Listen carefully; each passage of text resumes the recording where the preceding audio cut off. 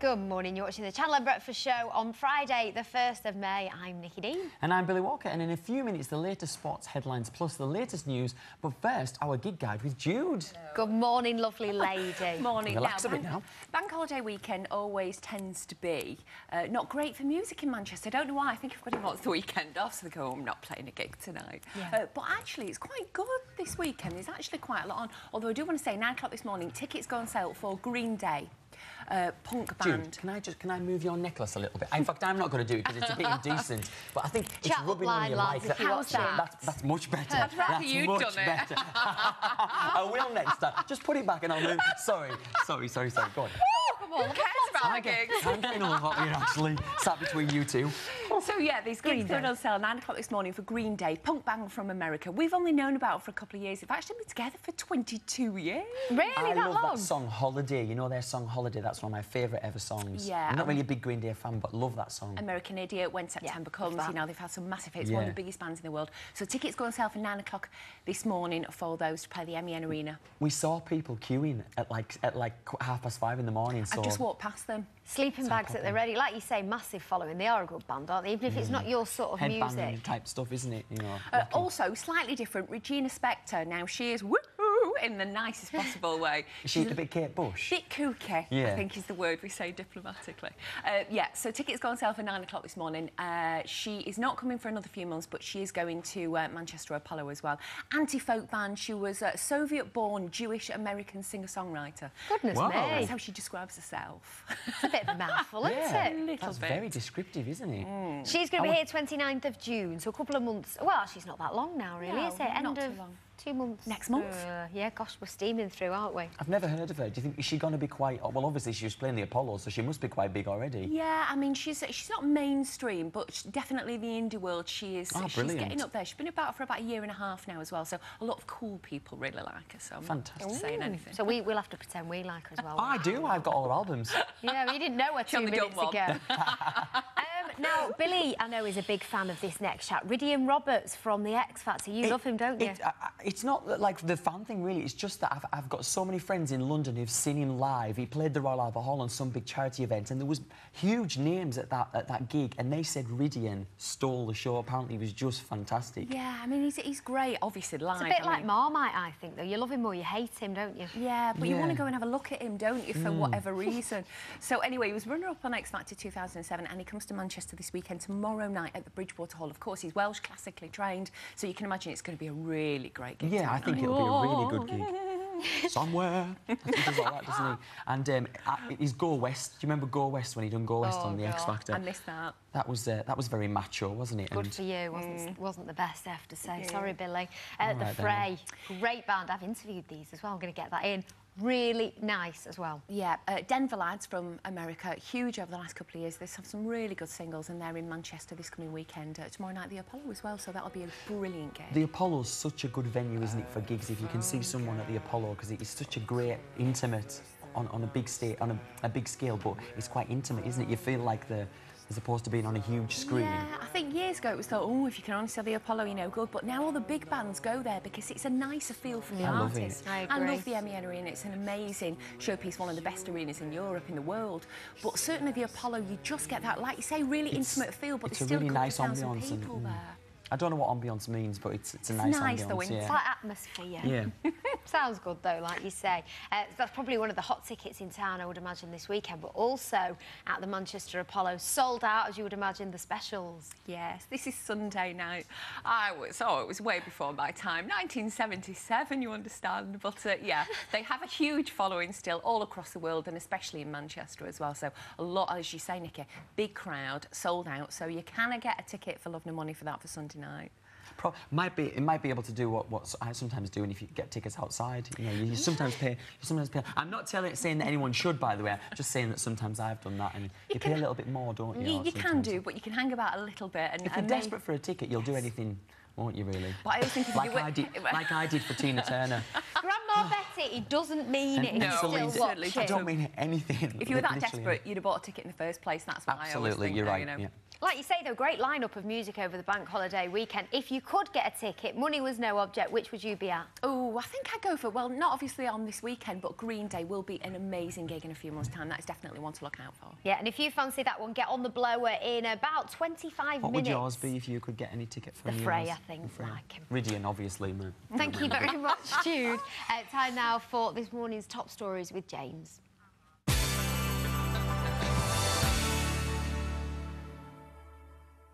Good morning. Here are Friday's main headlines so far. We'll find out later whether or not there's been the first case of swine flu being passed from person to person here in the UK.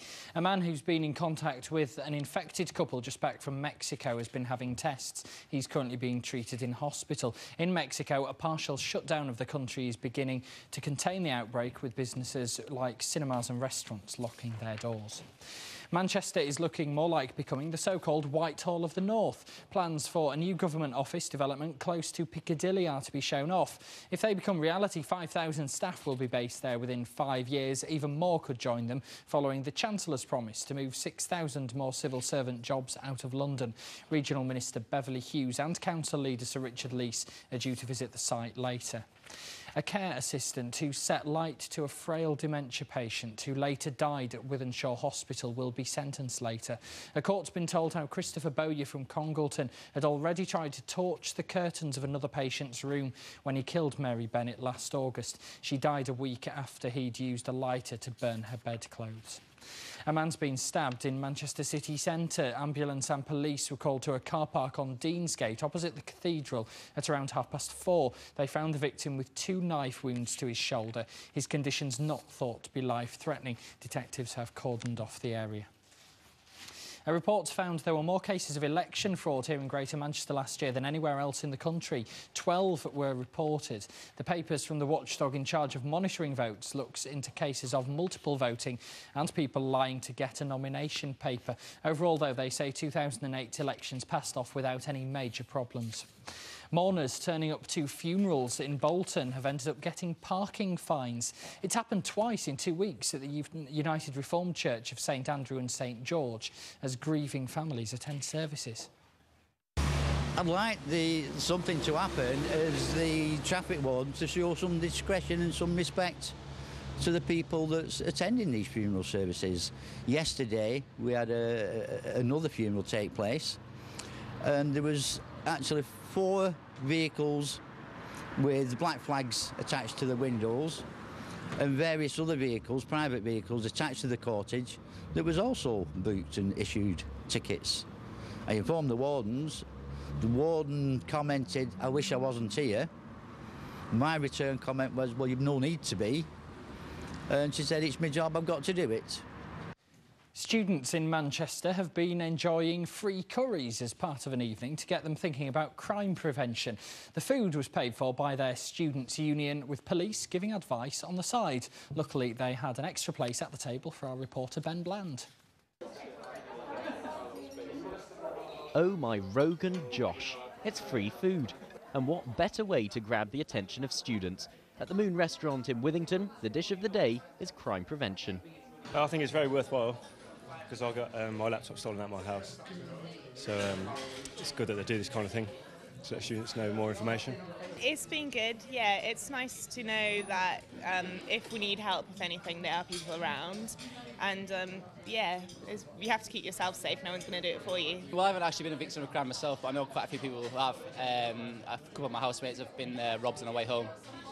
Just because they've been walking on the road through back streets. So it's just about staying on the main streets and staying in big groups as well. I learned that not to put your valuables on site because my room was locked and my window was locked, but they could see my laptop, so they just put a brick through my window. And then, so I learned that keep it out of sight, and then it's more difficult for them to rob you. The night was paid for by Manchester University Students' Union, but police were on hand to serve up ideas on personal and home safety. The majority of the evening's been based around personal safety. So we're looking at how the students can enjoy the city and get the most from the city while staying safe. So some of the topics we've covered, for instance, are public transport, how to get from A to B safely, planning your routes, sticking to well-lit routes, you know, not getting off the beaten track, cutting through parks. Well, it may seem like something of a madrastic measure, But free curry for the students means police get a chance to get their message across. And they hope it'll be a recipe for success in making sure Manchester's students don't lose out to the criminals. Ben Bland, Channel M News.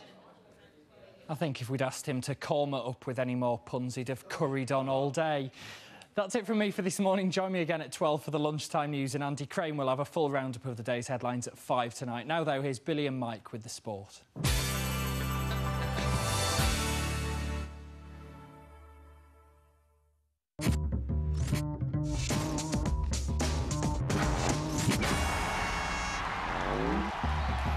Sport now with Mike. Tell me, what is making the back pages of the newspapers? The back pages today, normally do this at the last part of sport. Keep up, it gets complicated. Arsenal look like they're going to sign Rocky Santa Cruz for £12 million. That means he won't be going to Manchester City. They will turn their attention to Valencia and sign David Villa for £35 million. And they're also looking to sign Aaron Robben should he be released by Real Madrid. United, they're going to move in for Karim Benzema from Lyon for £30 million, should Carlos Tevez be unloaded, which we fully expect. And Wigan, Steve Bruce, he's just returned from a scouting mission. He hasn't brought any players back, which is good news, really, because he's just been to Mexico.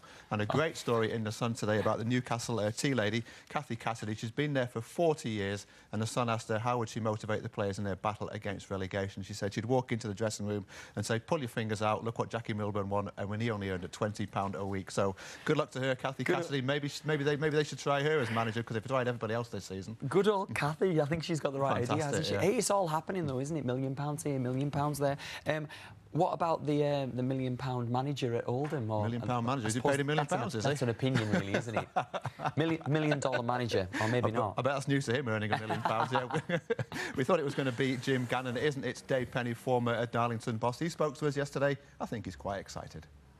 Every football club, it's a challenge. You've got to sort of rebuild your own team and get your own team in place, both on and off the pitch. So that's the main aim, is to have a successful team that plays attacking football, that's fit, and mobile and attractive to watch. And obviously the tradition that the club's got, it's a proper footballing club, and I wanted to come to a proper footballing club and try and be successful at this level again.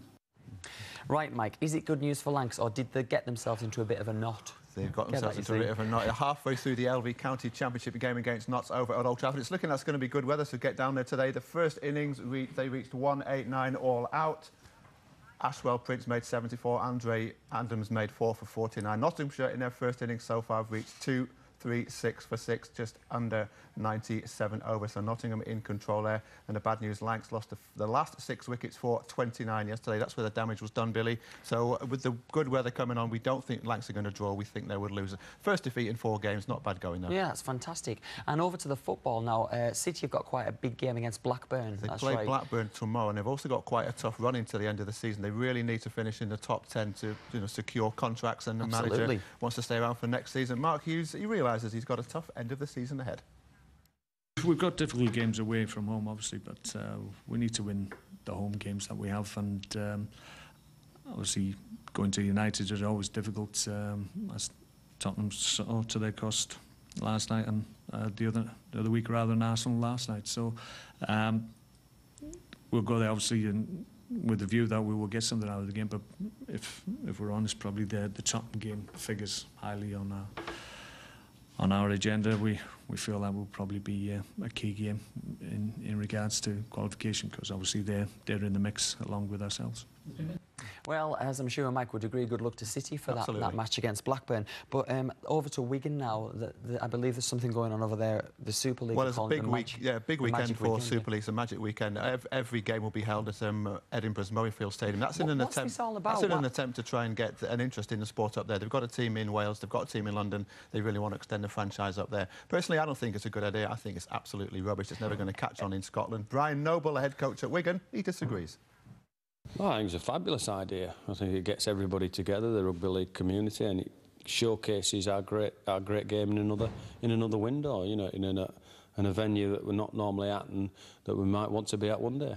I love the occasion against St Helens. I think it should bring out the best in our players. It certainly brings out the best in their players, and you know, after their loss of last week, they'll be really, really fired up. But we need to be as enthusiastic and as determined to you know, bring home the spoils.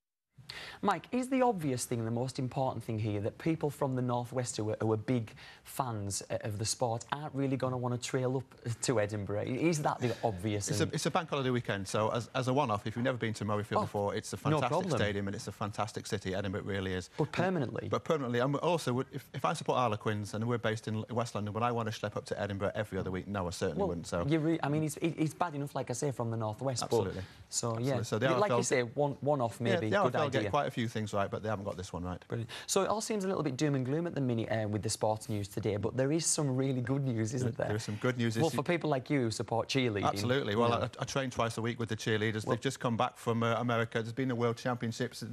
Team GB scooped a bronze medal, and we met them at the airport. Let's go, UK! It went really well. We came third in the world, so the routines went really good, and we're all really proud. We're tired now, but it was an amazing experience, and it was good to learn a lot from the Americans as well, because they're just amazing. So we were really happy to place third, because, you know, against the Americans and every country in the world. And because it's not that well established a sport here, is it? So to come third isn't bad at all. Yeah, well, we're getting better. We are getting better. It is getting more popular in this country, cheerleading. So it is taking off, but it was really educational as well to go over there and learn so much, so we can increase our standard even more for next year, hopefully. Let's go, UK! Oh, congratulations, you guys. Bronze, well done. Mike, if you had to choose one event, one sporting event for the weekend to kind of keep an eye on, what would it be for you personally? The one I would watch was to be Ricky Hatton against Manny Pacquiao. It's billed as the Gold Rush in the Manchester Evening News today. It's probably a defining fight for one of those fighters' careers. Whoever loses, there's nowhere else to go. Jamie Moore on the undercard. The undercard has been split between Vegas and UK. Jamie Moore fights in Sunderland tomorrow. Good luck to him and good luck to our Ricky Hatton. Absolutely. Good luck, Ricky. Do well for us. OK, time for a break. Coming next, we'll be talking to a professional singing coach about his latest protégé.